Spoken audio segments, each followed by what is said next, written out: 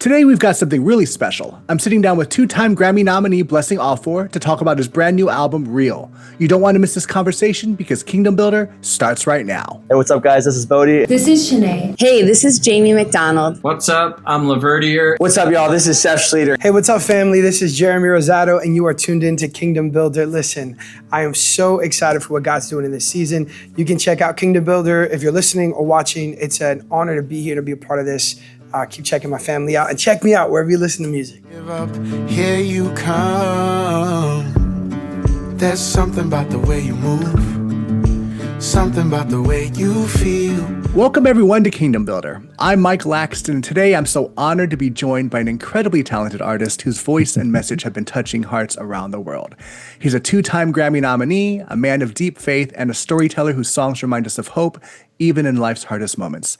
Please welcome Blessing Offor. Blessing, it's such a joy to have you with us today. Bro, that intro sounds so deep. Thank you. Oh, well, you've been a person I've wanted to interview quite some time, and I'm just gotten a chance to speak with you now. It's an honor on my just to be able to speak with you and really just to get the heart of your new album. I've gotten to listen to it a little bit, and I really just like what I hear, and would love to get into more detail so we can share it with the world. I love it. Thank you. The honor is mine. I appreciate you taking your time. Let's make it happen. All right. So for those who might not already know you, let's just kind of get started from the basics. Could you just share us a little bit about your journey, both musically and personally, and what's brought you to this moment in your career? I start shows by saying I was born in a village in Nigeria. And so anytime I get to be on stage and play for people, it always feels a little bit like a miracle. Because here I am across the world in these great United States, getting to do something I love. And it's like, getting a record deal and doing all this for a living is a crazy enough thing, but to do it from where I'm from is even more unlikely. So I never fail to appreciate that. So for anybody that's listened and loved my music and has come or is coming to shows, I need y'all to know that I'm very grateful, and you guys are part of what feels to me like a miracle on a daily basis. It's a great opportunity to just see that where God's taking you, and just, getting to put out, you've already collaborated with great people, which we'll talk about here in a little bit. And just to see where, just the things he's played. I mean, again, you're a two-time Grammy nominee. Again, we'll get into that, but let's go into the album. The new album you have is called Real. The name itself is very powerful. So why do you feel like it was the right title for this collection of songs, and what does Real mean to you this season? So in order to appreciate this collection of songs, you kind of have to appreciate the My Tribe record, which came out in January of 23. And that was such an amazing run. That record made us all super proud. And right after that, life started happening pretty much immediately. You know what I mean? So all the dreams coming true, A, very grateful. B, you go, what could possibly go wrong? Because if it's all happening, then everything's fixed, right? And no, it's not true. So Jim Carrey has this quote, I'm going to butcher it, but he says, I wish everybody could be rich and famous so they could appreciate that it's not the answer, right? And I am nowhere near Jim Carrey level. And I can tell you that all of the things that our dreams come true on earth do not fill the void. Do you know what I mean? There's still brokenness. I lost my mom, my best friend, my partner at the time, and my sister, all in the span of 18 months, just lots of life happening at one time. You know what I mean? But 2 Grammy nominations, got to go home and see my family for the first time in a long time. Got to run around the country and the world playing music, just like things that I never thought were possible. So it's kind of the both and of life, and all of that made it onto this record, Real, because at some point, what I could have done is recreate the My Tribe record. You know what I mean? What I decided to do instead is write songs based on where I was at that time. And I'm going to say something, hot take, unpopular opinion.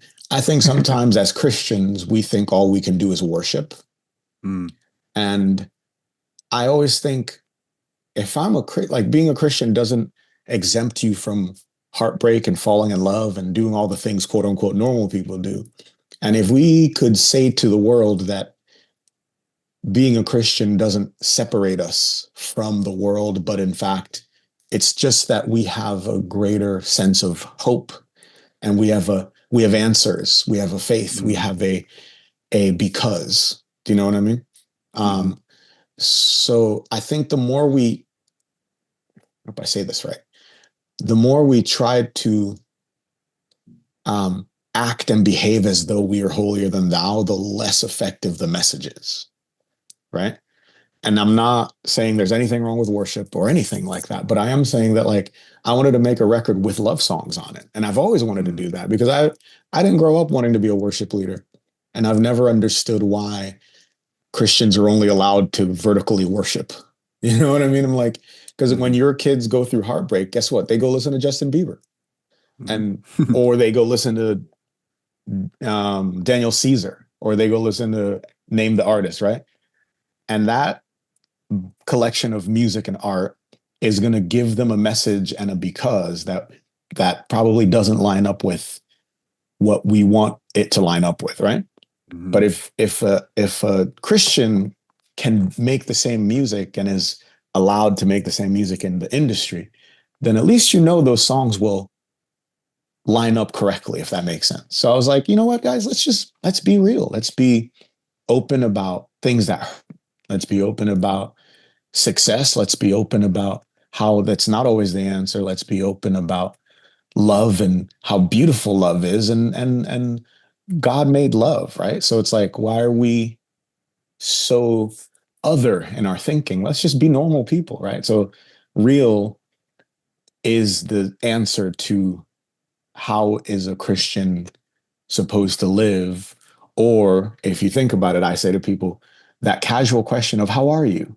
For me, in the last 2.5 years, this is the answer to that. How are you? I've been like this. I've been this record. That's how I've been.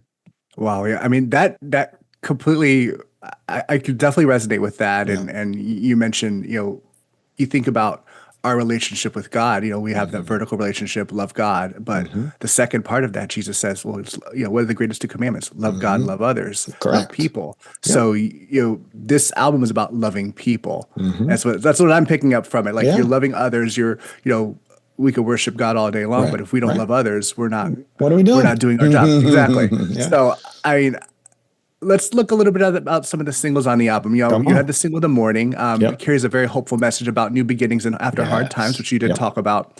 How did that writing session bring that message to life? I wrote it with Rita Springer, who maybe your listeners have heard of. She's a great writer. And I came over to the session and she made me some Nigerian food. And that was a great way to start a session. Let me tell you what. And somehow we stumbled onto this thought that the morning has never failed to come. In all of the years, life has been a thing. The morning has just always been there, And so what an ultimate promise that is every day kept, which is that here's another morning, here's a new day, right? New mercies, etc. So I thought it was just like an interesting way, like there's a midnight and there's a morning. And if there's anything anybody knows about me, it's like I don't like giving it to you in any way that you've already heard it before, right? So I'm always like, but God, literally any session I'm in, I'm like, guys, how can we say this a little quirky? How can we make this a little more lyrically interesting? Because that's what art is, So the morning is that just kind of more direct, hope, right? Sun's going to shine in the morning. I know it's hard to believe right now, but the midnight hour is the turnaround, right? So that's The Morning. I love that song. I started it on piano, her and I. And I think we just had a really great songwriting meeting of the minds. And that song just came out. We spent half the time eating and listening to other music. And then we wrote that as just kind of an aside. Oh yeah, by the way, let's write this song, That's awesome. Well, again, when you get that connection with the writer and just, obviously she started off on the right foot there for you with the food. So Brought brought you back home a little bit. Correct. One thing I love about this album is that it has a great job. You have a great job of blending in pop, soul, R&B, some gospel elements in there. So really, you cover a whole bunch of genres. So it's not, you know, I think it's going to satisfy the taste palette That's what we musically want. of a lot of people. So it's great. So for someone pressing play for the very first time, how would Yes. you describe the sound and feel of Real in just a few words? Eclectic, inviting, honest. Hmm. Yeah. Yeah. Okay. All right. Well, I like it. Eclectic, definitely for sure. Again, going back to the variety there, Yeah. and again, it's a real album, Yeah. literally. Yeah. So It's a real record. Yeah. there's another track on there, "Lift Me Up." Lyrics like that. I believe there's one that's something about sometimes I need somebody to remind me To of what remind I'm me made what of. I'm made Yep. of. Yes. Speaks about vulnerability and community. So, who or what lifts you up personally when life feels overwhelming? Listen, that song happened in a real moment where I needed to be reminded. Because we were hitting touring really hard and I love it. Like the thing is, none of these are complaints because I love it. That's the dream, right? So, but yet I was tired and I was like nervous to be tired, you know? And I thought if I admit I'm tired, no one's gonna want me to do this anymore. I'm never gonna get another chance. Like, what do I do? And yet in that moment, I needed to be reminded that I was more than every show I played. Mm. I was more than every interview I got to do. I was more than the sum of all of those things, right? That even someone said to me once, Sabbath is an act of faith, right? So rest says to God, okay, I trust you. I know that I'm not doing it all by myself. I know that I can rest. That's faith, right? So I was almost afraid that if I needed rest, I would lose something, right? And that, that was scary for a hot second until I kind of got reoriented because that's what we all need. And at some point, you got to have that reminder that you were not made of all of your successes and accolades, no matter what they might be. You know what I mean? Intrinsically, you have value regardless, right? So that's what that song is about. Now, this might be a little bit more difficult because I'm going to kind of narrow your focus a little bit. If you had to pick one song from the album that you feel captures your heart the most right now, which would it be and why? Oh my God. Whoa. Okay. Right this very moment, for no other reason except that I love the sound and the message, and I'm really proud of that writing. I'm going to pick the title track, which is the song Real. Because the Bon Iver energy in that song is so obvious and I love it so much. It's fun to play. It's fun to sing. It was fun to write. Like I love how that song sets up the punchline, I'm a big fan. And I mean, if you don't love what you're writing or performing, right, exactly. What are you doing? What are you doing? So again, we've talked about the music being eclectic, a whole bunch of variety. So what would you say growing up has influenced Blessing's sound as far as other artists that may set you apart from what you have? I mean, I got to listen to music from West Africa. So I got to listen to like Fela Kuti and I got to listen to, like you guys have Graceland here, but like where I am from, we had those choirs just everywhere. Do you know what I mean? So, what do they call it? Black Mombasa?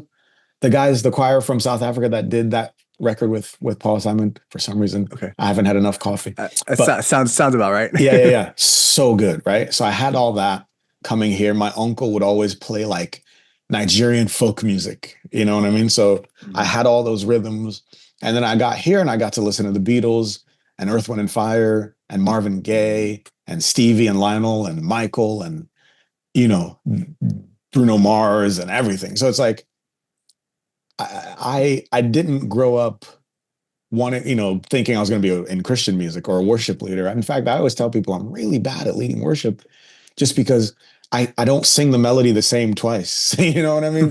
So if you're looking for me to lead worship, I'll do it. But it's like, I'm going to change the melody. You know what I mean? Because The guys I listened to did that. You know what I mean? So I always find it amazing when people can sing the melody the same way twice. I'm like, whoa, you don't just want to add that extra little note up there? No, all right. I mean, that's fine too.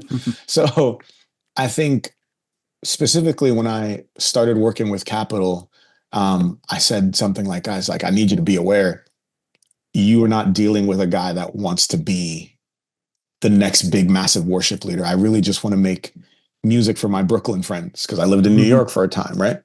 And they were like, just be yourself. And so that's always kind of been the North Star of the music I make is just be yourself. And as we progress, more like, this is me, you know what I mean? My dad, who is the guy who, when I was a kid, he was like, you're only allowed to listen to Christian music, right? He loves this music.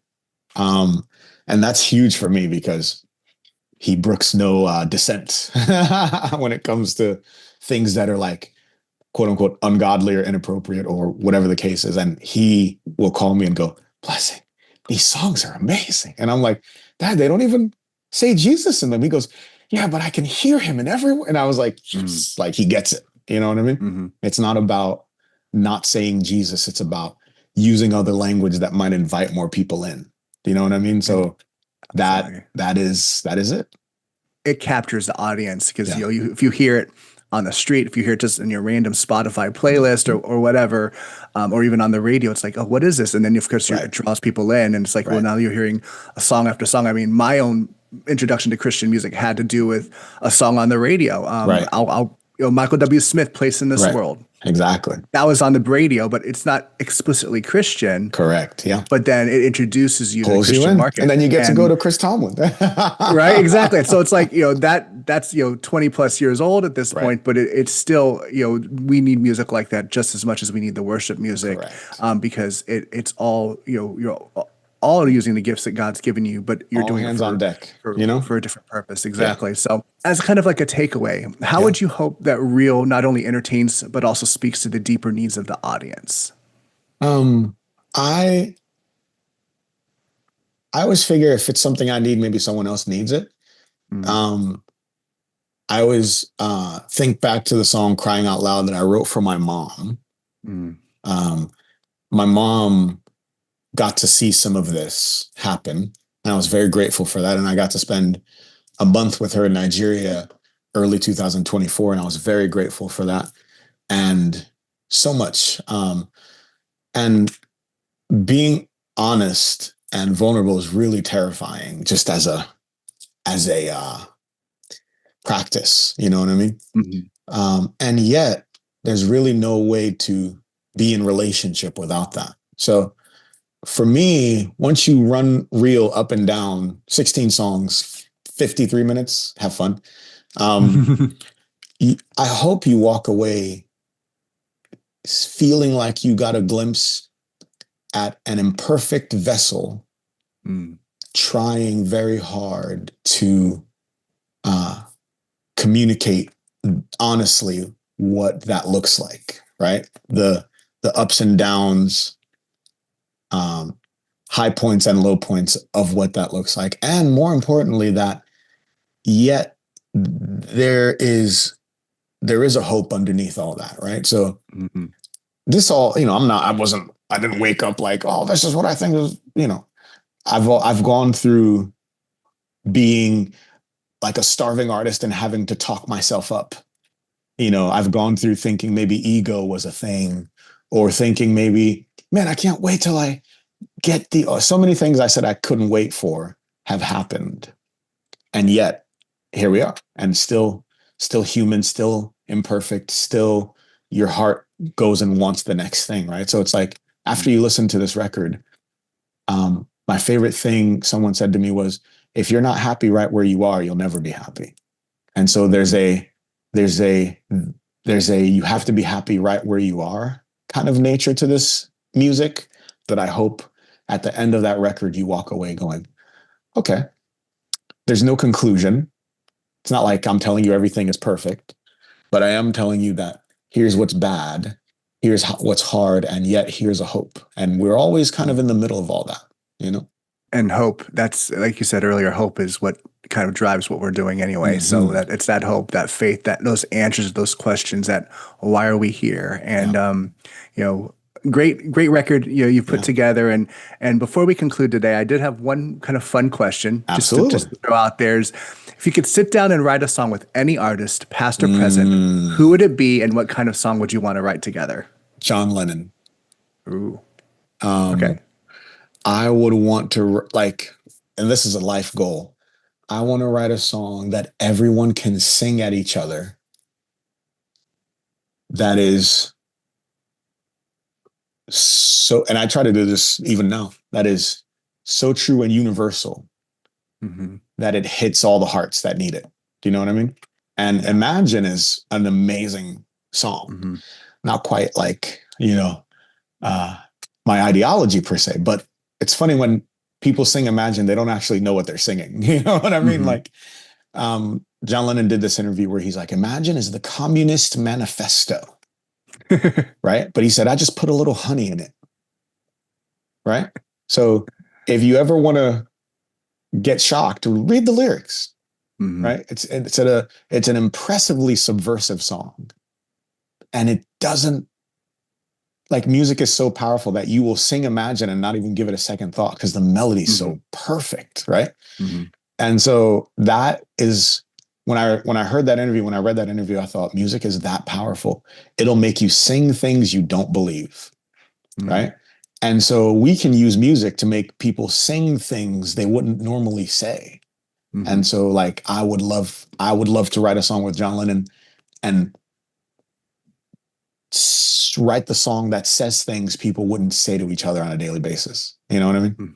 Well, I would say that's a really good pick. I of course, very classic, very amazing songwriter, in his own right. So, and Blessing, thank you so much for just sharing your heart today and the story about Real, and I just can't wait to see and hear how it impacts people's lives. Absolutely, it's been such a pleasure having you here on Kingdom Building. We just we'll hopefully have you on again very soon. Hey man, anytime. Thank you guys so much. Thanks for listening. Thanks for the interview. I can't wait. Let's do it again. Friends, if you enjoyed this interview, don't forget to like, share, and drop us a comment below. We'd love to hear your thoughts. And also, check out those links in the description to find out more about Blessing, as well as how to connect with him and dive into his brand new album, Real.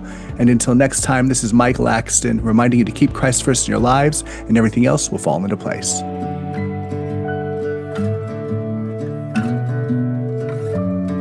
Can you tell me how you keep your heart so real?